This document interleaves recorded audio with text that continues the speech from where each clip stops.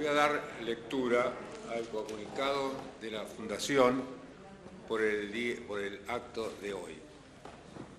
La gran conquista de la reforma universitaria de 1918 fue avasallada por el golpe nazi-fascista del 4 de junio de 1943. Recordamos hoy a nuestros compañeros Néstor Ganserichá, Germán López, Ernesto Weichenblatt, Isai Claes, Jorge Laprida, Gerardo Andújar, Jorge Roulet, quienes, entre otros, debieron mantener la dignidad universitaria y lograr que luego del triunfo de la Revolución Libertadora se pudiera designar como rector interventor al doctor José Luis Romero, comenzando la normalización de la universidad. Los postulados de la reforma universitaria se afirmaron con la designación, por sus 3 claustros, del doctor Ricieri Frondizi, quien asume el 27 de diciembre de 1957 en el aula de la Facultad de Derecho, en un acto republicano, con la presencia del presidente Pedro Eugenio Aramburo, su vicepresidente Isaac Francisco Rojas y la participación del alumnado y dirigentes democráticos. La Fundación, a través de sus hombres, continuó y continuará con la defensa de los postulados reformistas ante los ataques totalitarios que sufra la universidad. Va a hacer uso de la palabra, en primer lugar, René Balestra, que es un amigo nuestro, profesor universitario, político, escritor, publicista. Fue candidato a vicepresidente acompañando a Rafael Martínez Raimonda en 1973 y 1987. No puedo decir más nada de René porque lo conoce todo el mundo y además me ha pedido que sea cortito. Bueno, más cortito que eso es imposible, pero afortunadamente todos lo conocemos. René. Mis amigos, en esta época en que hay pocas noticias alentadoras, yo voy a dar una. Yo voy a ser corto. Muy corto. Voy a hablar aproximadamente, a lo sumo, 15 minutos. Para la persona que toma el micrófono, aunque sean las abuelas de desaparecidos o de desaparecidas, que aparecen 2 días después, es difícil sacarle el micrófono. Por eso, la promesa mía tiene valor. Entre los lujos que la vida me dio, yo fui secretario privado de José Luis Romero en la Universidad de Buenos Aires. Y José Luis Romero decía, y me quedó, que todo historiador, cuando analiza cualquier época de la humanidad, lo hace desde el hoy, el ahora y el aquí. O sea, siempre el análisis está teñido de actualidad, porque el que realiza el análisis histórico vive en un momento determinado y en un contexto determinado. Nosotros estamos haciendo un homenaje a la reforma universitaria que se realizó en un momento particular de la vida argentina. En 1918, la Argentina era uno de los 10 países más florecientes del mundo. Era un país que había merecido en el año 1912 esta definición de Ortega y Gasset, que lo visitó por primera vez, Dijo, no conozco otra sociedad contemporánea que tenga la sed de imperio que tiene la República Argentina. Y agregaba, la sed de imperio no significa querer andar buscando colonias, sino querer devorarse el porvenir. La Argentina era un país segura de sí misma, con una confianza extraordinaria y con una ansia de progreso realmente formidable. Pero algo le faltaba. Y los que de una manera consciente o inconsciente lo descubrieron los muchachos cordobeses en 1918. Probablemente esta Argentina que avanzaba a pasos agigantados en el orden económico, le faltaba el toque de excelencia. Esto hoy suena extraño, pero la reforma universitaria del 18 buscaba y encontró la excelencia. Los muchachos que se rebelaron en Córdoba, se rebelaron porque los profesores, escuchen bien, eran mediocres.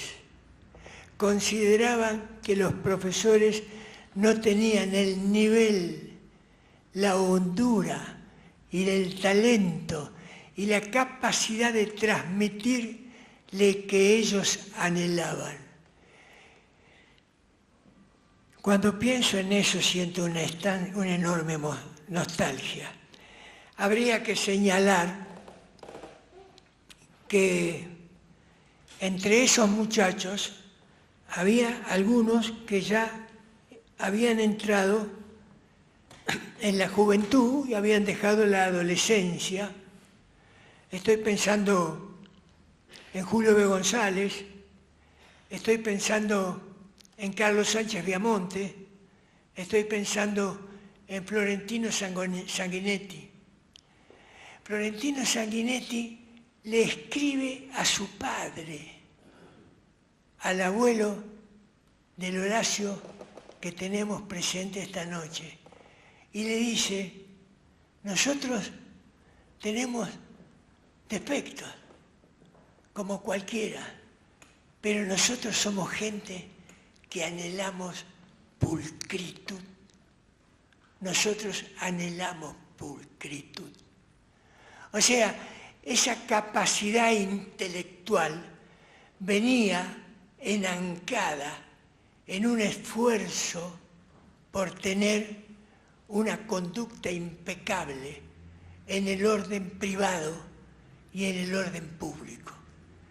Eso fue la universidad de la Reforma. Eso fue el 18.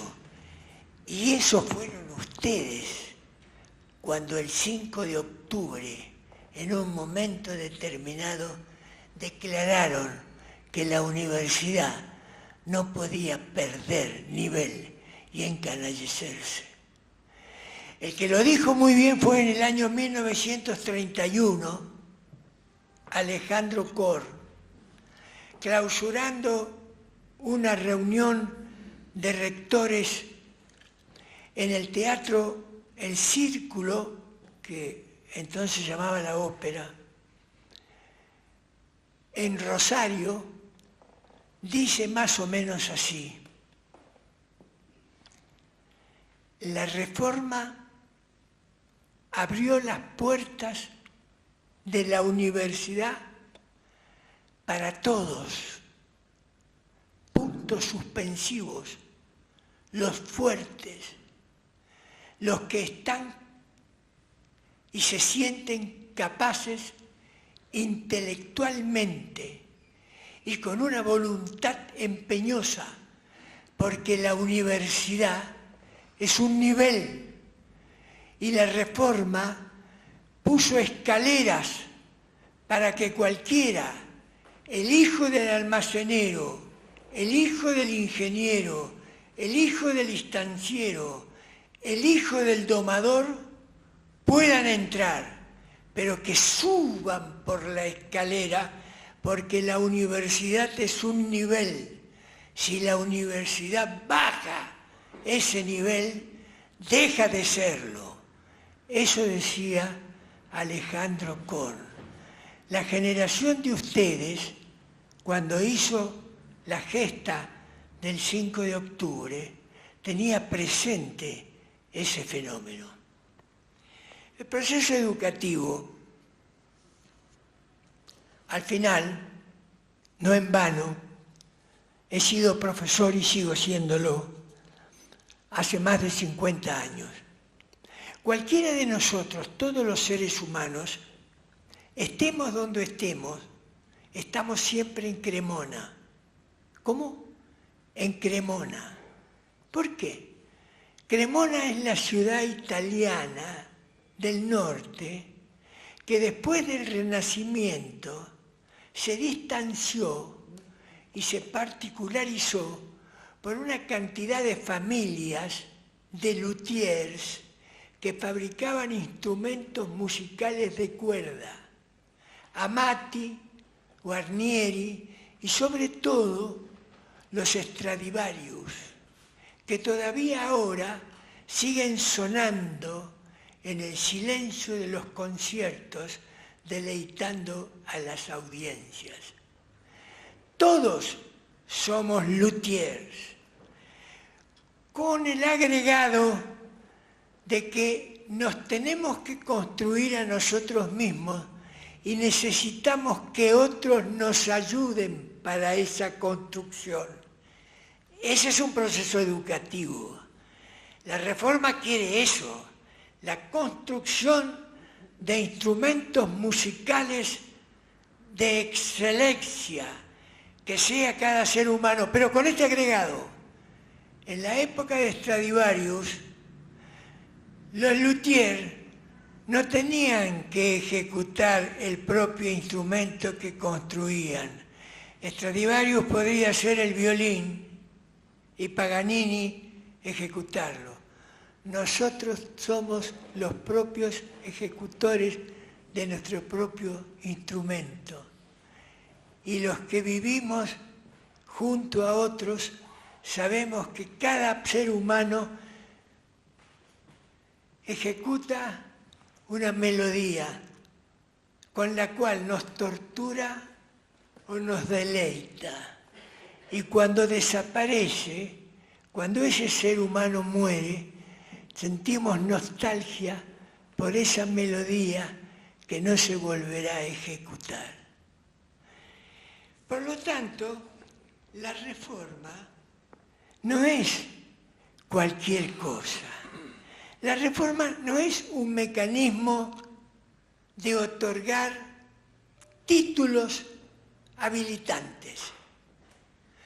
Se necesita que el egresado sepa que él se convierte en un instrumento musical para elaborar una melodía que embellezca o mejore la convivencia de los que conviven con él.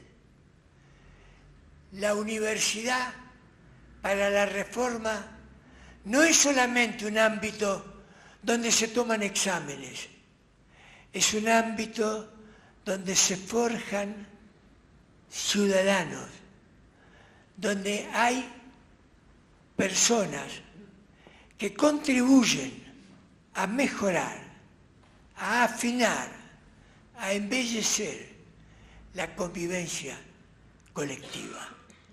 No es solamente un fenómeno educativo, ni mucho menos un fenómeno escolar. Es la aventura del espíritu que los universitarios del año 18 quisieron que fueran los egresados. Fíjense en la vida privada de esos tres que acabo de señalar.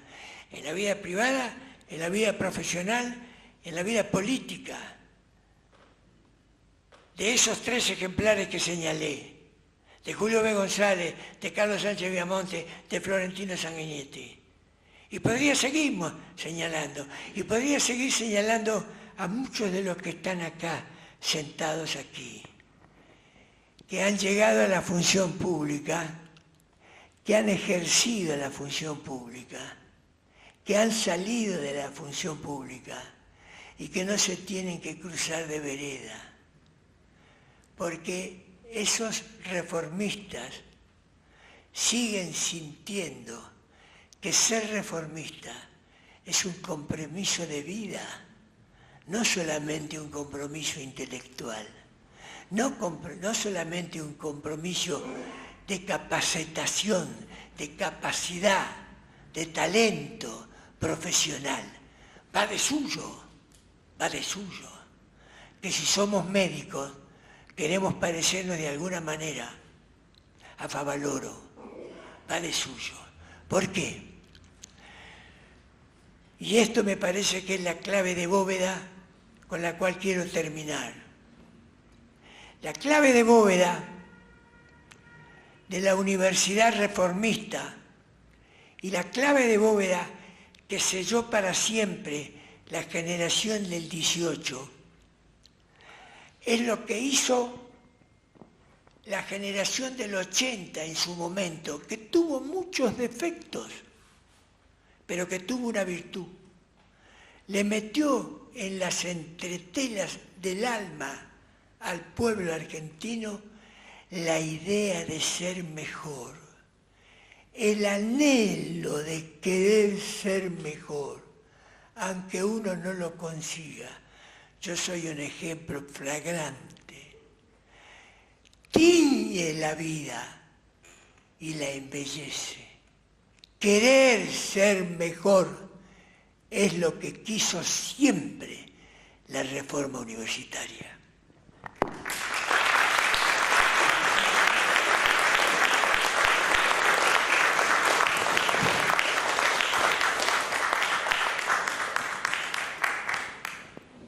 Le hemos pedido al expresidente de la Fundación, Emilio Gibaja, que se refiera a los compañeros que han actuado en la reforma universitaria.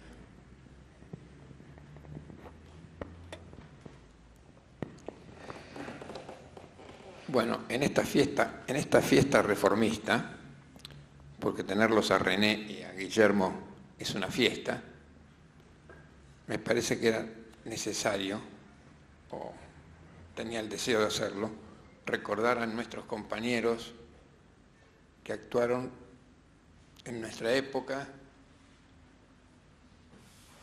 en el movimiento universitario y que ya no están con nosotros. Quiero mencionar, ya algunos nombró recién el presidente actual de la Fundación, Néstor Grancelli Chá, presidente de FUA en 1943, Germán López, presidente de FUA en 1945, Isai Clase, toda la vida, Dimas Walde, Luis Vila Aires,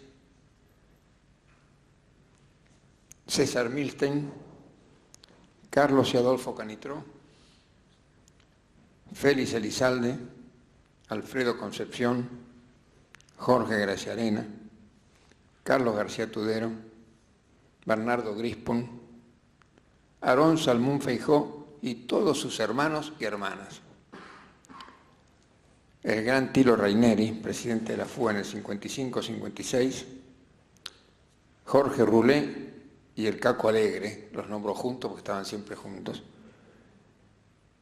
Juan Ovidio Zavala, Félix Luna, aunque quede mal mi hermana Perla,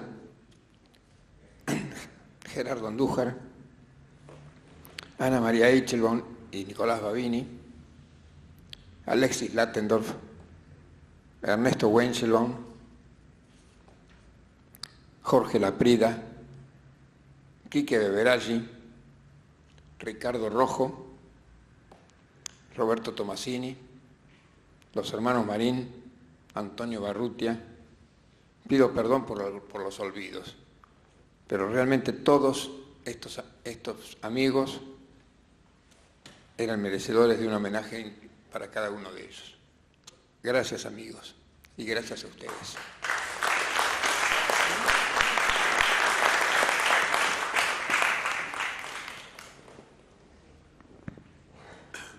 Guillermo Jaime Echeverri es un educador enamorado de la educación.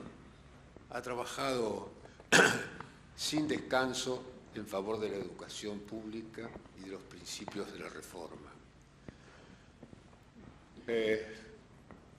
Así como René venía del mundo de las ciencias jurídicas, Jaime viene de las ciencias de la medicina. Sin embargo, los ha unido siempre el deseo de ser profesores universitarios. Jaime fue decano de la Facultad de Medicina, no solo decano de la Facultad de Medicina, sino que fue rector de la Universidad de Buenos Aires. Y además siguió trabajando siempre, incansablemente, en favor de la educación. Doctor. Buenas tardes, muchas gracias por la invitación. Insisten en invitarme, cosa que agradezco. Como hizo René, que hizo una promesa al comenzar, que iba a ser muy breve, yo también voy a hacer una promesa. Voy a ser escandalosamente largo, así que quisiera que desde ya prepararan su ánimo para eso. Cuando se cumplieron 90 años de la reforma universitaria, esta fundación me invitó a escribir un texto que titulé en su momento El pasado renovado, única garantía de modernidad. Y lo hice usando esa frase que está tomada de La campaña, que es una novela de Carlos Fuentes, en la que el autor recrea la independencia de América del Sur. Y en esa novela tiene un párrafo que dice: ¿entenderían los patriotas sudamericanos que sin ese, su pasado, nunca serían lo que anhelaban ser, paradigmas de la modernidad? El pasado renovado es la única garantía de modernidad. Esa frase, que anteriormente había sido evocada por el rector Francisco de Lich también a propósito de la reforma universitaria, creo que resume admirablemente los imperativos de lo humano. Por un lado, la ineludible necesidad de reconocernos como herederos, es decir, la memoria.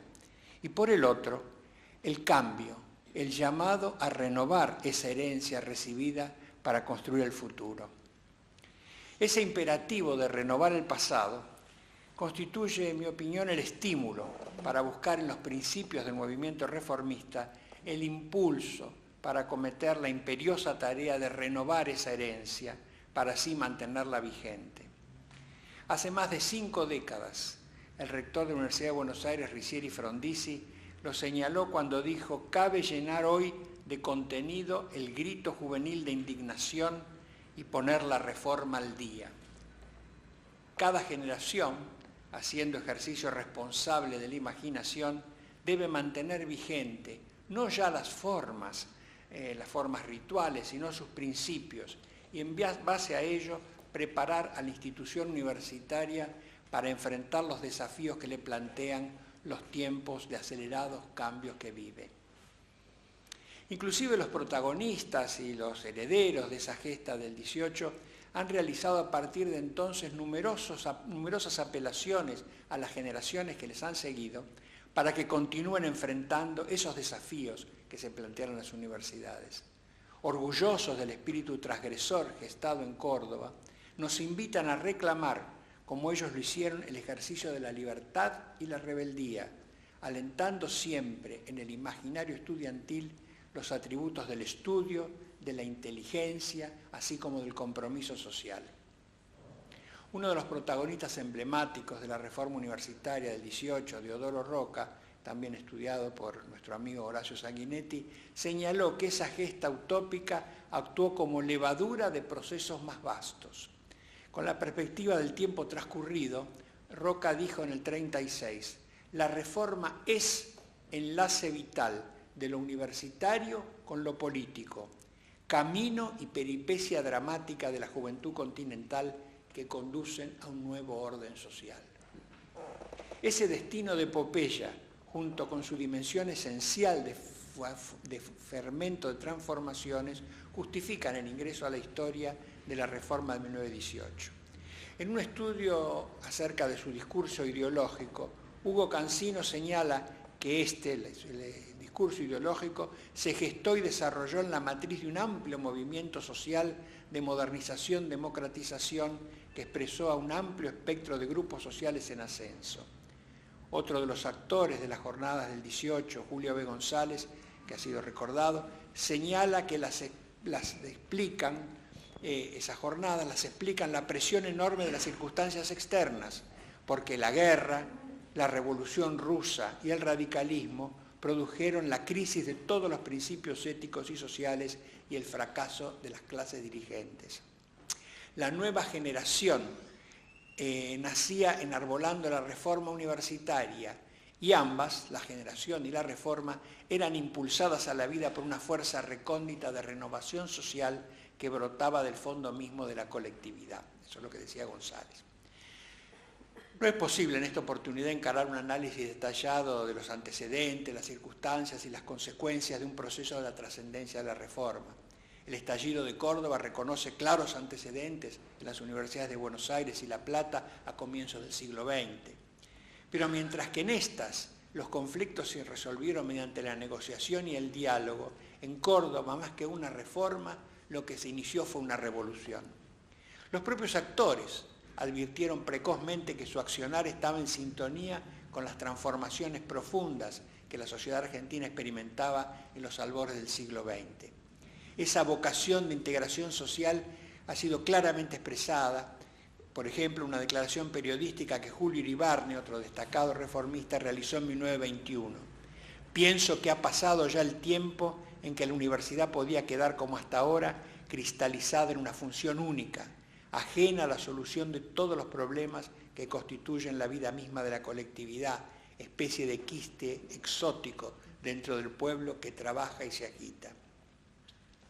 Anticipándose en medio siglo a las revueltas estudiantiles de 1968, cuyo cincuentenario también se conmemora este año, la reforma produjo modificaciones sustantivas en la estructura de las universidades argentinas y americanas. En el manifiesto liminar de la reforma universitaria emitido por la Federación Universitaria de Córdoba el 21 de junio de 1918, por todos conocidos, legendario y encendido texto redactado casi en su totalidad por Leodoro Roca, se denuncia la existencia de un poder autoritario que genera un modelo de universidad incompatible con la democracia y la modernidad.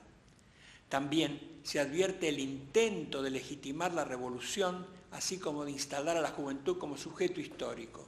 Sobre todo, la voluntad de construir un poder democrático y de fundar una nueva hegemonía ética y espiritual.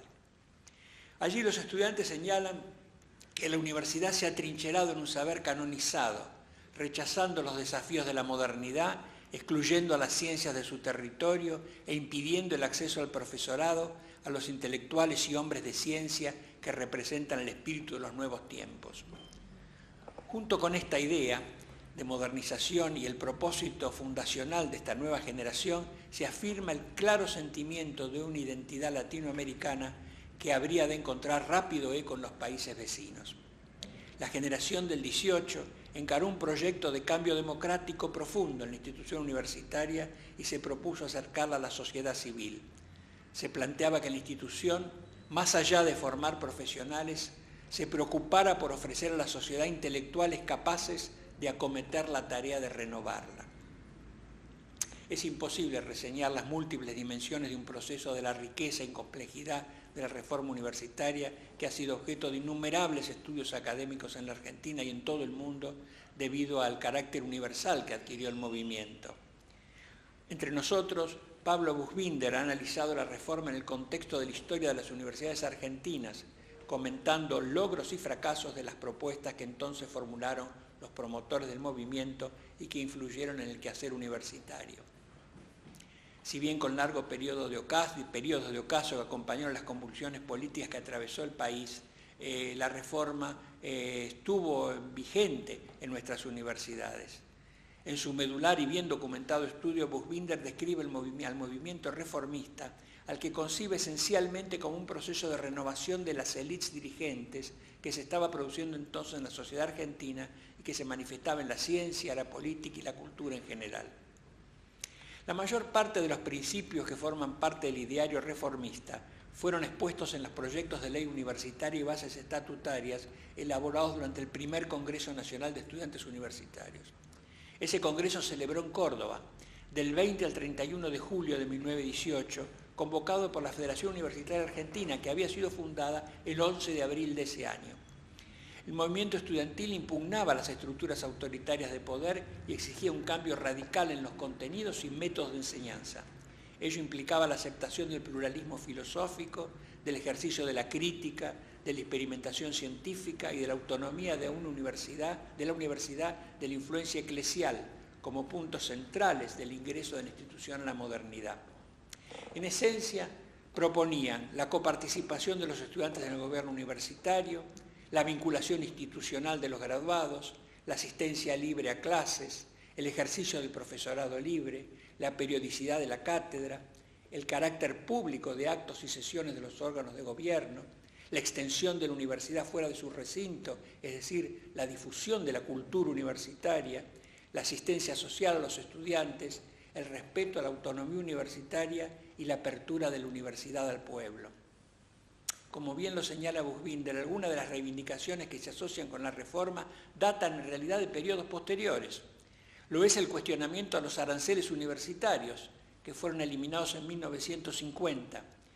Los estudiantes reformistas se negaban a suprimir los exámenes de ingreso a las universidades, como lo sostuvieron en numerosas ocasiones. Estos fueron eliminados en el ocaso del gobierno peronista en 1953 y se reimplantaron al restaurarse en la universidad los principios reformistas en 1955. Ese fue el comienzo de uno de los periodos más brillantes de la Universidad Argentina, clausurado, como ya por todos conocidos, en 1966 con la tristemente célebre Noche de los Bastones Largos.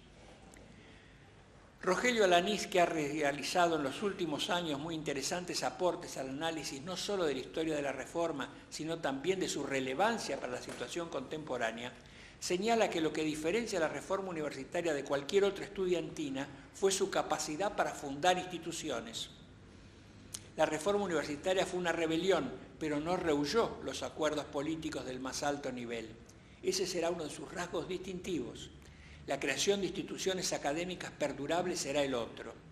Con la Reforma Universitaria comienza a consolidarse la carrera académica y la investigación científica. La rebelión destruye, pero al mismo tiempo construye. Es una jornada de lucha, pero también un programa. Sin esas dos condiciones no hay reforma universitaria. La historia ha demostrado que concretar las aspiraciones básicas de la reforma no ha sido una tarea sencilla, ya que, como es lógico, la universidad no quedó al margen de las azarosas circunstancias que vivió el país. Las instituciones de la reforma, incorporadas a nuestras universidades durante algunos periodos bajo diversas modalidades, están hoy plenamente vigentes en ellas desde hace poco más de 3 décadas. La democratización del gobierno universitario, uno de los objetivos centrales de la reforma, ha quedado consagrado en los instrumentos legales mediante los que se rigen las universidades nacionales. Sin embargo, son crecientes los cuestionamientos a la representatividad de los órganos de gobierno y de las autoridades surgidas de ellos, especialmente debido a la relevancia que han adquirido otros actores en la comunidad universitaria. La extrema partidización de la vida universitaria ha constituido una de las consecuencias no deseadas de la nueva organización. Un caracterizado profesor de origen reformista, el físico Enrique Gaviola, ya había señalado en 1931 que la universidad se estaba construyendo sobre prácticas más adecuadas a la vida del comité que a las de la academia. Decía, el profesor con voto comprometido deja de ser una persona de alto criterio académico y pasa a la categoría de afiliado y servidor de una camarilla electoralista. En la década de 1940, Osvaldo Loudet, que había presidido el primer Congreso Nacional de Estudiantes en 1918, señalaba que la reforma tenía ideales que han sido corrompidos por la política. En 1918 los estudiantes calificaban como repugnante el espectáculo que ofrecía la Asamblea Universitaria de entonces, un juicio que podría aplicarse a hechos que no son contemporáneos. Los profesores no pueden rehuir su responsabilidad en la situación de la universidad. Los concursos públicos para la selección de los docentes constituyen el mecanismo generalmente adoptado para la incorporación de esos profesores.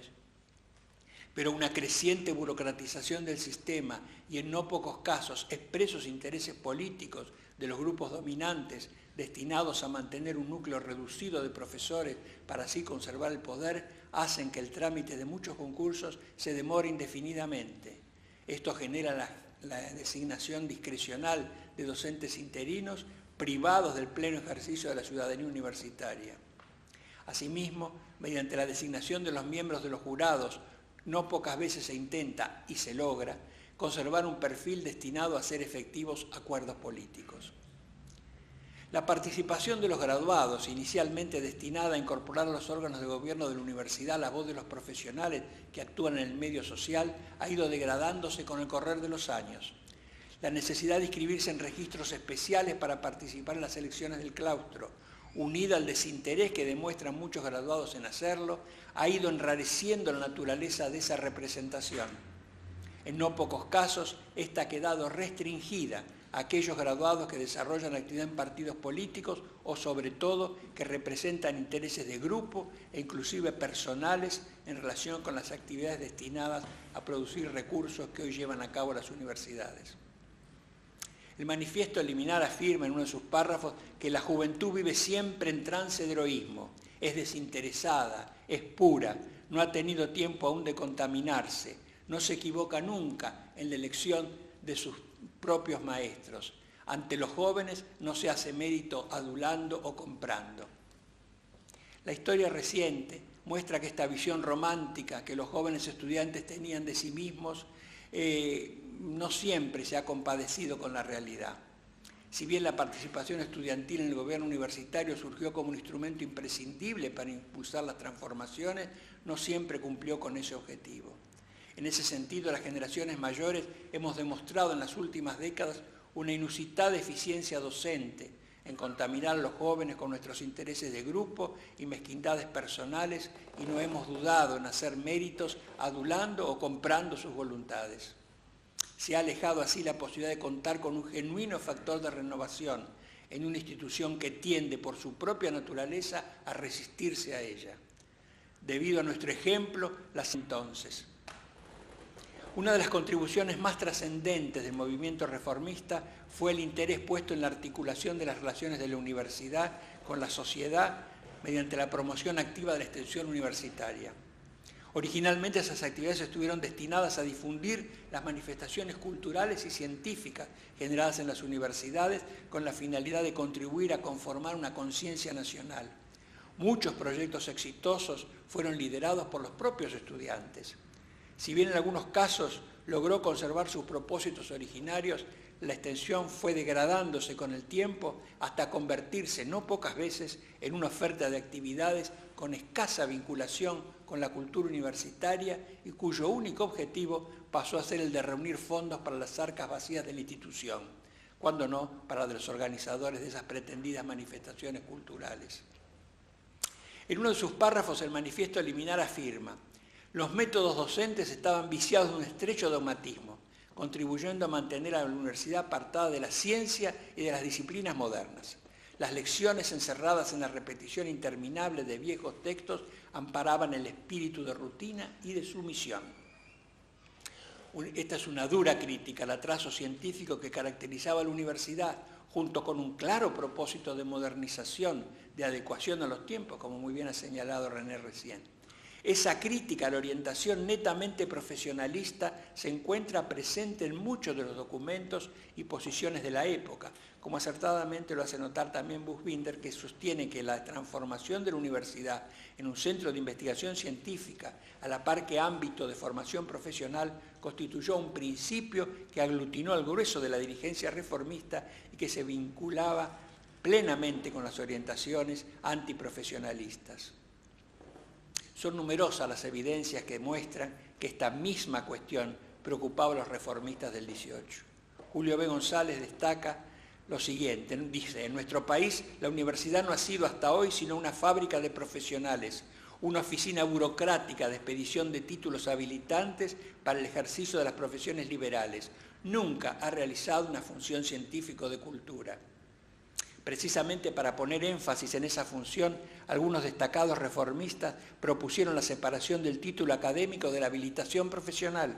El propio Julio B. González, a comienzos de la década de 1940, elaboró un proyecto de ley en tal sentido, pero esa iniciativa, obviamente, siempre encontró una férrea oposición en las corporaciones profesionales.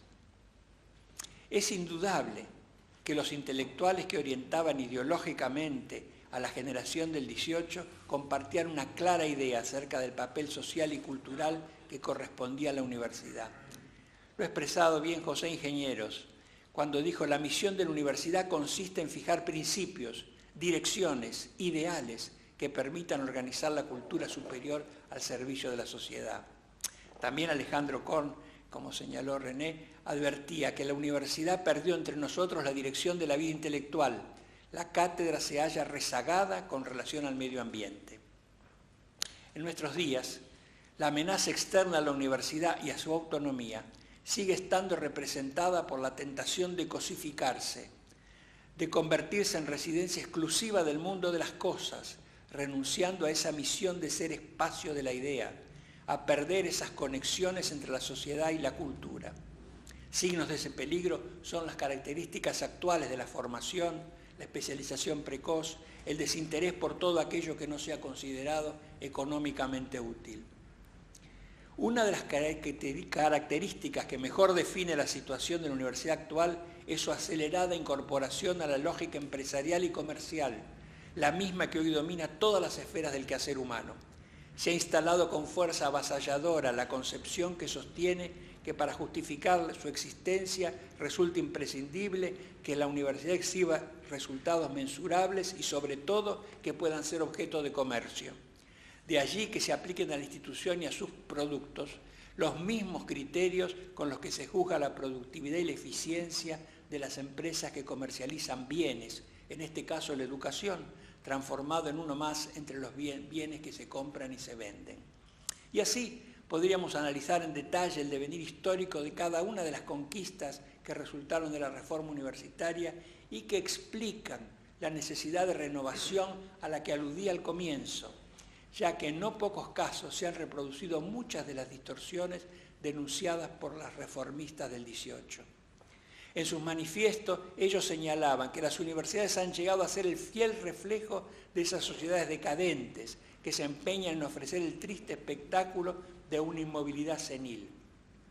Por eso es que la ciencia frente a estas casas mudas, la ciencia pasa frente a estas casas mudas y cerradas, lo pasa silenciosa o entra mutilada y grotesca al servicio burocrático. ¿No se podrían aplicar muchos juicios demoledores como este, formulados hace 100 años a la situación de hoy?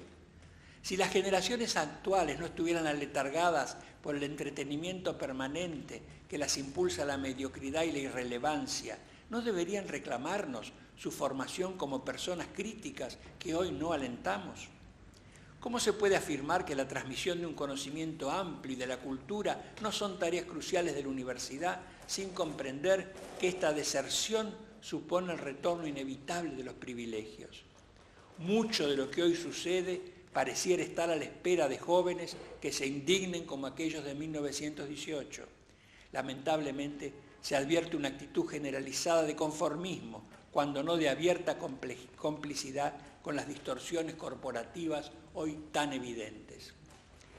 Para modificar este estado de cosas resulta urgente rediscutir la idea de universidad, asumiendo, como lo hicieron los gestores de la Reforma, una propuesta osada de cambio inspirada en aquellos principios, pero adecuada a los desafíos del presente. Al cabo de 2 décadas de la Reforma, en 1936, Deodoro Roca afirmó: la reforma universitaria fue todo lo que fue. No pudo ser más de lo que pudo. Dio de sí todo. Dio pronto con sus límites infranqueables. No se puede responder del mismo modo a un entorno que tanto ha cambiado. Entonces, en el 18 había 10.000 estudiantes en 3 universidades. Hoy hay más de 2 millones en más de un centenar de instituciones. También señala Lanís una idea interesante. Dice lo siguiente: la reforma universitaria siempre será interpelada en nombre del cambio y la transformación. No es estatua, no es un monumento, es inspiración. rebelión, reflexión e inteligencia. Esa misma idea fue admirablemente expresada por José Luis Romero cuando dijo: ser reformista es estar insatisfecho. Nadie quiere una universidad reformada, se quiere íntimamente una universidad reformista en trance de reforma. Yo diría, dice Romero, que el más genuino significado de la reforma radica en la dimensión de su perpetuidad.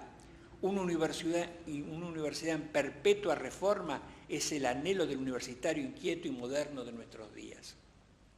Otra de las muy inspiradas contribuciones de Alanís ha sido el señalar que la reforma universitaria produjo tres grandes actores culturales: el movimiento reformista, el intelectual reformista y el ciudadano reformista. El movimiento reformista, que da lugar a diferentes lecturas e interpretaciones acerca de un proceso que convoca a liberales, socialistas, conservadores y libertarios. El intelectual reformista, que se construye en la República Universitaria, que reivindica los fueros de la inteligencia y el derecho a la rebelión ante todo tipo de injusticia. Y el ciudadano reformista, formado en los ideales del que hoy calificaríamos como progresismo político en clave liberal democrática. No siempre se recuerda, lo acaba de hacer René recién, no siempre se recuerda que lo que pretendían los estudiantes de Córdoba era estudiar más y mejor, cuando sostenían que las universidades han sido hasta aquí el refugio secular de los mediocres, la renta de los ignorantes. Querían estar a la altura de su tiempo histórico, sabían que es desde el conocimiento que se proyecta la universidad. Aunque hoy se declamen estos propósitos, la realidad desmiente ese compromiso con el saber, esa convicción de que solo estudiando y conociendo más se puede servir mejor a los altos ideales del progreso social. Los estudiantes de Córdoba querían una universidad moderna, seria y exigente. No basta declamar la importancia de la creación de conocimiento, es preciso adquirir con esfuerzo las herramientas necesarias para hacerlo. La mayoría de quienes llevaron adelante la reforma fueron destacados intelectuales, productos de la lectura, la reflexión y el debate serio, desprovisto de eslóganes, ansiosos de incorporarse a un mundo en profunda transformación. Honrarlos hoy es asumir similares responsabilidades en la formación personal, superando la alarmante mediocridad y manifiesta falta de cultura que hoy se advierte en los claustros. Para ello es posible utilizar las instituciones que nos han legado y a las que deberíamos dotar de un nuevo sentido para enfrentar un contexto social tan cambiante. Por eso, al cabo de casi un siglo, no nos resulta difícil comprender el reclamo de aquellos jóvenes argentinos que sentaron las bases de un movimiento que logró trascender porque respondía a una aspiración universal. Aún sigue haciéndolo, ya que la reforma es todavía un grito juvenil de indignación, una promesa incumplida, un pasado a renovar, como señalaba al comienzo. Un conjunto de principios en busca de concreción actual. Mantener la fidelidad a las formas que irremediablemente el tiempo convierte en anacrónicas puede terminar por contradecir los principios que se busca sostener. Como decía Deodoro Roca, despojarse de toda veneración supersticiosa del pasado. Confiemos en que recordar los propósitos de aquella gesta al cabo de un siglo nos ayude a comprender que en esencia los mismos problemas, algunos agravados en el devenir histórico, subsisten en las que insistimos en llamar universidades. Recordar es también expresión de esperanza, esa esperanza que aún mantenemos, conscientes de que del destino de la Universidad Argentina depende nada menos que la supervivencia de nuestra amenazada cultura. Muchas gracias.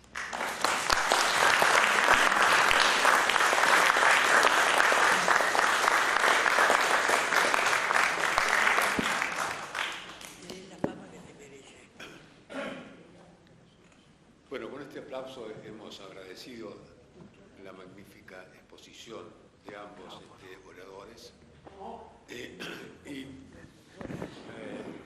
vamos a invitarlos a compartir una mesa que generalmente realizamos después de estos actos. Hoy nos reuniremos en el Centro Asturiano, en la calle Solís 475, que ahí vamos a poder conversar y además comer.